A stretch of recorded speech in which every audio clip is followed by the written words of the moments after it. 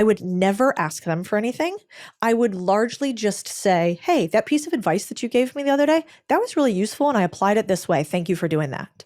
Or I'd see if his name was written somewhere. He had done a research paper or something. I might send it to him like with a couple highlighted things like these lines were incredible. Thank you for doing that.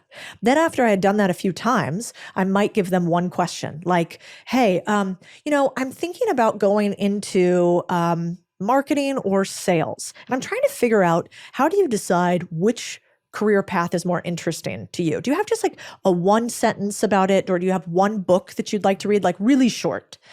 And I remember I sat down with BK years later and he was like, the funny thing about you? And I was like, oh, what? And he was like, you like somehow made me your mentor, but you never asked. And then I started caring about what happened to your career, but I kind of never meant to, which is like a very Asperger's-y finance thing to do. Yeah. And he's like, did you do that on purpose? And I was like, I don't know. I was young then, so I don't know, but maybe.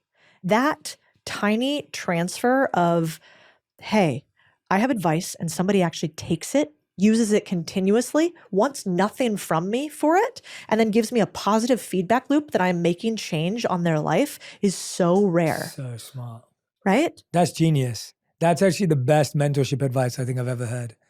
Because I think so many of us, when we want someone to be our mentor, the first mistake is we ask them to be our mentor. Don't do that. That also makes me die on the inside. If somebody asks me that, I'm like, that's such a huge responsibility. What if I f you up? Exactly. I don't want or that. What if I don't have time? What if I can't respond? Like that's the natural reaction. Right. And same with me. I've always had mentors that don't know they're my mentors. It's the only way. But what I love about your advice, which I've never ever heard before, is also how you asked for advice. I think the second mistake. So the first mistake we say is, can you be my mentor? Yeah. The second mistake we make is we send our whole life story with one like really big, profound question. So it's like, I went from this, then I did this, then I dropped out, then I did this, then I did this. How do I discover my purpose? And it's like the person on the other side has no idea how to compute all of that algorithmically and give you a really profound answer back that they genuinely believe will help you, which means they probably won't respond. Or if they don't respond, it'll be extremely short. And then you'll feel disgruntled and upset that they didn't value your whole life story.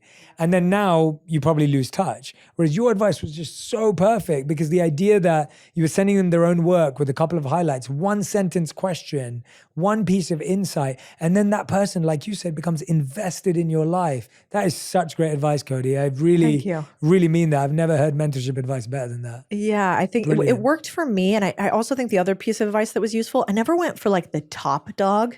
Yeah. I would never go to the president of Goldman, Lloyd Blankfein, back in the day and be like, Lloyd, the thing is, talk to me. Can I have your email?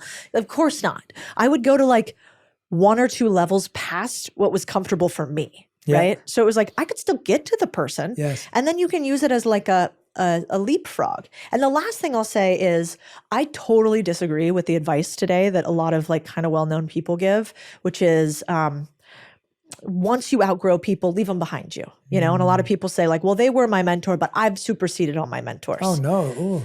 Yeah. And I hear that often from like the business community, it's like, you're the average of the 5 people you surround yourself with. So make sure they're awesome. And it's like, yeah, but also don't forget how you got there because you never know. Mentorship has like multi-layers to it. You can get mentored from above, but also below. I mean, your team was teaching us beforehand how to not sound like boomers, right? So like, there's that, you can also have somebody that's a hire that like, for instance, I think a lot about the idea that like, Peter Thiel, whether you like him or not, really rich guy, gives money to Mark Zuckerberg, right? Whether you like him or not, Mark Zuckerberg then goes to become richer than Peter Thiel.